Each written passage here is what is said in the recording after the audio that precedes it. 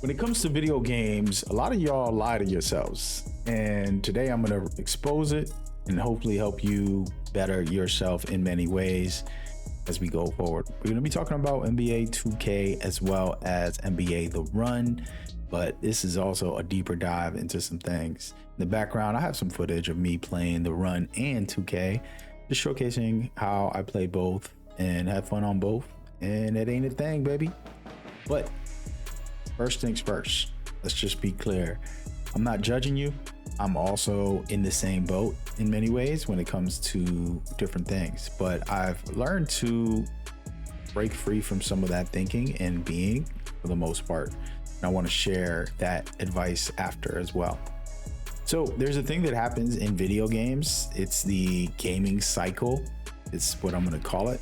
People will call it the Call of Duty cycle, the 2K cycle, you know, these games that come out every year or every couple years, and there's a certain, you know, reputation that they'll build.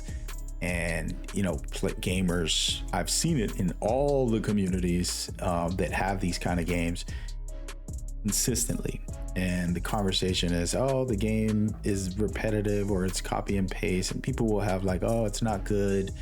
You know, this game isn't good enough. And they'll say all these type of things about, let's say, Call of Duty or 2K or whichever game you want to mention that is a part of your brand, where you're like, hey, this is what I play the most. And I'm telling you, this is not just for sports games. This happens with Souls-like games. This happens with open world games. It's a cycle and a mental internal issue that's nothing to do with the games. It's to do with you. And hopefully I'm going to unlock that part and help you understand and see things a little better. So, video games are meant to be fun, but sometimes you guys forget what fun means. And that's why I'm using The Run as an example. In the background, I'm just trying to break ankles, practicing what allows me to break someone's ankle, and using Kyrie Irving and just practicing when the game released. And, you know, this game is a lot of fun, but you got to remember, fun is in the beholder.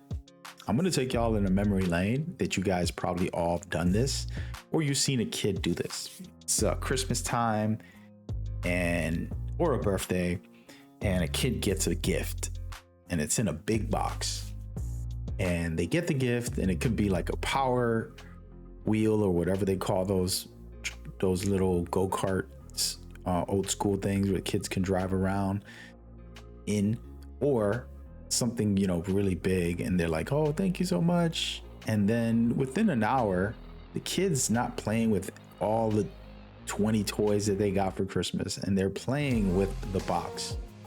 They're inside the box acting like it's a house, or they're acting like it's a car, you know, or just in there with their pet or their family members or, you know, siblings, and they're just having fun. And this is what, you know, fun is. It's a creative process of you deciding to want to enjoy yourself and make fun with anything.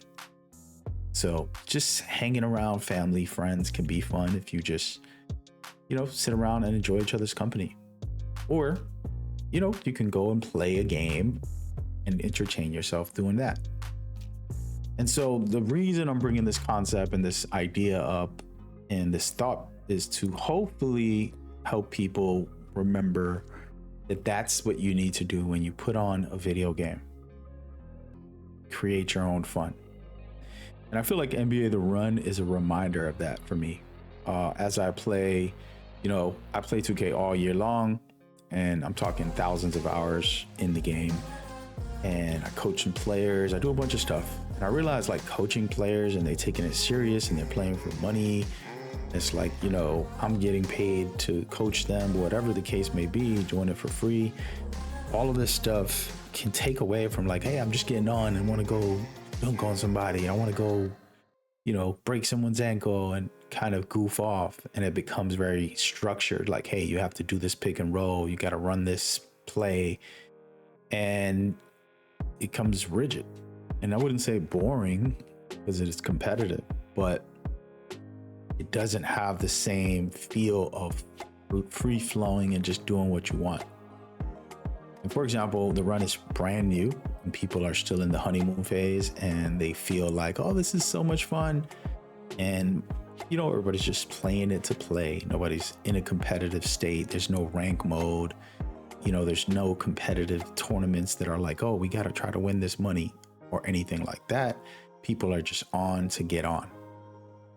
And that's going to feel more fun than, for example, if I got on 2K and we got to practice for 2 weeks for a tournament for, $10,000. That's the kind of thing that happens a lot in 2K right now. You have millions of players who play for tournaments, leagues, and different things.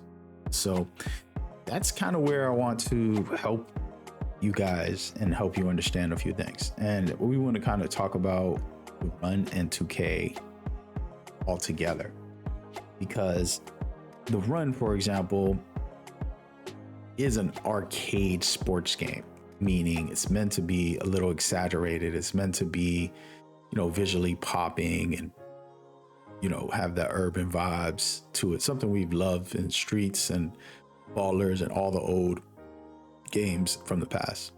And personally, these were some of the most fun I've had kind of hanging out with some friends. I'll bring these games to their house and just like let's play, man. Come on. And so with that in mind, I wanted to, compliment these guys. It's a small studio, 18 people. But the truth is, this isn't a fleshed out game like 2K is. In 2K, there's so many mechanics, so many features, so many modes, like one player can just play My Career and spend, 3,000, 4,000 hours a year just playing that and not really get into everything in that game. There's Pro-Am, there's Proving Grounds, there's the story, career, or the NBA games offline. There's, different multiplayer modes. There's a lot within that. And so you can be like, oh, wow, 2K's already got a lot. And then never mind the features, mechanically, 2K allows you to do much more. And you're seeing me dribble and try to learn to break ankles. And it's all in one button, right? Every fancy move is in advanced one button. So I'm kind of letting it randomize the actual move that it does. So I can't command it at the moment. But I can do a couple, 4 dribble moves with the right stick. In 2K, I can probably do like 1,000, right? I'm exaggerating on the number, but combining, doing combinations and all the variety, there's a lot there. Okay. So you got to think about that and think about how cool and lucky we are. I'm sure there's videos out there of these creators talking about 2K is no fun. Like, I'm going to show some highlights for 2K right now. 2K is no fun.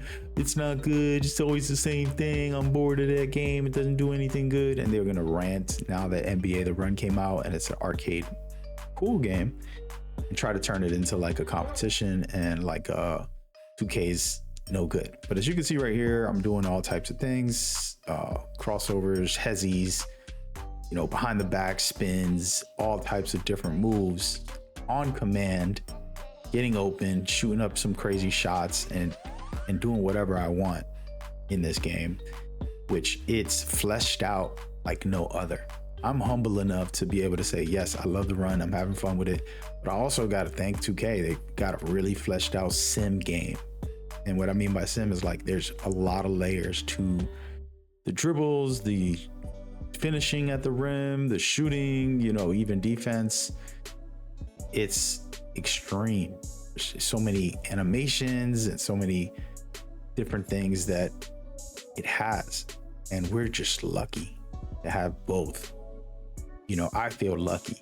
I'm not feeling like this coming on this video and saying, oh, NBA runs better because they just want you to have fun. And it's no, because I can have fun in 2K too. You're watching my footage of me having fun, cooking people, goofing off, shooting crazy shots, purposely trying to break ankles or just, take some nice wild shots so you guys can have these clips.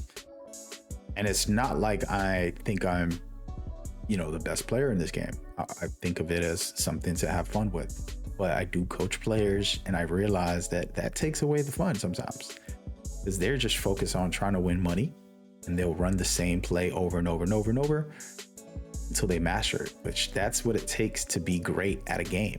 But where is the, oh, I'm just here to have fun, when you're purposely practicing mind-numbing move, pick and roll until you master it? And so that's kind of where I don't say that to my players. Hopefully they're not watching this video, because I don't want them to feel like, yeah, it is boring, I'm gonna go play nbatherun. Like, hey, go practice. You want to be great, right?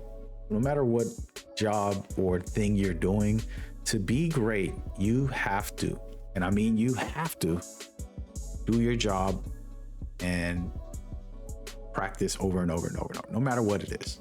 It's not going to happen overnight. You have to work at it. And so with 2K, you know, there's that, but there's also just a casual vibe, just getting on and getting into the ones court, practicing some of your dribbles, shots, take some crazy shots and have fun. And the psychological aspect of people saying it's the same game isn't true. And this is where I want to kind of really help open your mind. Okay. You're not meant to only play one video game a year. If you play video games, it's like eating food. You should probably have a good time and indulge in just some different things. You ate the same food every single day, and your favorite food is pizza. I gave you pizza for the first week, you'll love it. After a year of only eating pizza, or a couple months, maybe a month, you'll get tired. Like, dude, I want to eat something else. And so don't blame the games. Sometimes it's just you needing to know your body and say, let me give this a break and play a single player open world game. Let me give this a break and try out a puzzle game. I do that at night. I'm just like, hey, let me try a puzzle game. Let me try, you know, this open world game, this really cool God of War is coming out. Oh, they got, you know, the new Last of Us, whatever game is coming out, GTA. All these things are meant to be exciting, interesting, and have fun with that. So that's where I think my biggest problem with the community's mindset, and it's not just for 2K. I'm not calling out 2K, I'm calling out all the gamers, because this happens in every single community. I've seen it. I've been a part of these communities, and I've heard it in these videos, and people try to act like it's always the game or the company, and the company doesn't want us to have fun. They just messing it all up. It's like, no, you're bored and you need to go play something else. It's like, no, just make more content. It's like, how much content do you expect from a company to add into a game? It doesn't matter what game it is, there's a finish line in all of them. And even if it's a competitive game like this, your finish line is how good can you get? Are you undefeated in every single match you play? Are you never missing a shot and blocking and stealing every play? If you're not, then you know what? You didn't finish the competitive game, whether it's 2K or football, baseball. You did not complete the game. Get back out there and be the best. Okay. Like, oh, but I'm just bored. It's like, sure, then go play something else, man. Go watch a movie. There's great movies. Go hang out with your family, touch grass. That's the reality. And so I don't mean that to be mean, and I don't want you guys to feel any kind of way about like he's trying to say this. It's like, no, because I also get that too. Why I will stop playing 2K and jump on different games, and on my stream people are like, yo, you gonna play 2K? Like, no, not this week or not this month. Come back when I feel like it. And I will come back, and off stream I'll just play 3 hours tonight, and then another 2 in the weekend, and then 5 over here, and just kind of casually still play all the time. But I'm not forcing myself to play 10-hour days and then getting mad. It's like, I don't know, man, it doesn't really feel exciting or interesting. It's like, you know how mind-numbing 10 hours a day for anything is? You need a break from life. That's why you sleep a good 8 hours. And then you got another, let me get away from my wife, kids, personal life, and go work another 8 hours. Then you got another, you know, let me find a hobby, something to do to entertain myself. And that's where the time comes and you can have some fun and enjoying yourself in that way. So stop blaming these games, stop putting them against each other and like all this silliness. 2K has thousands of employees. I'm in the hundreds for sure, maybe 1,000. I don't know the numbers. I'm not doing all that. I'm not pocket watching these guys, but they got billions of dollars that they make off their game.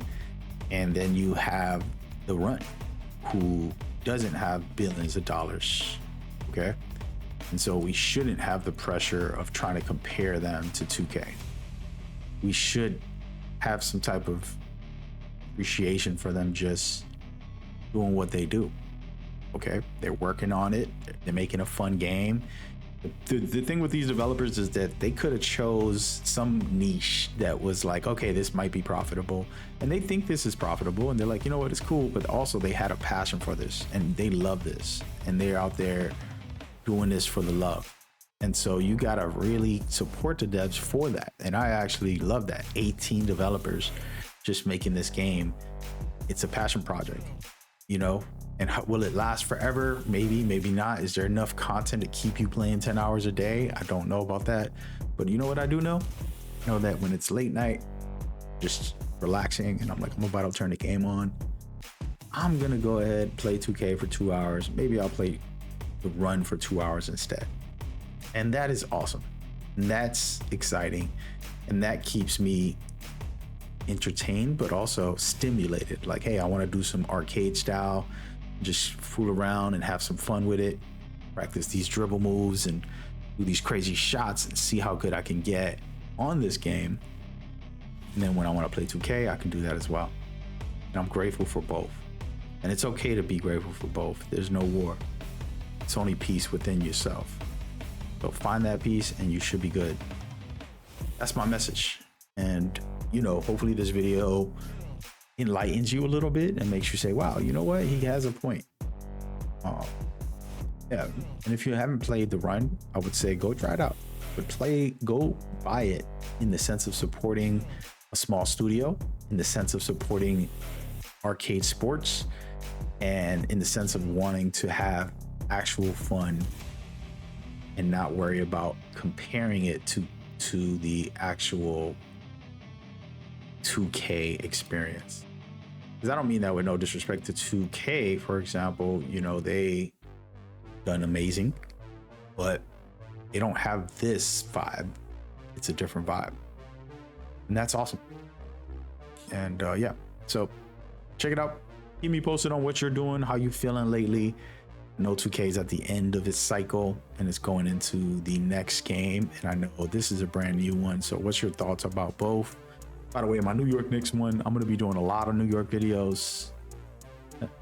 That's all I'm going to say.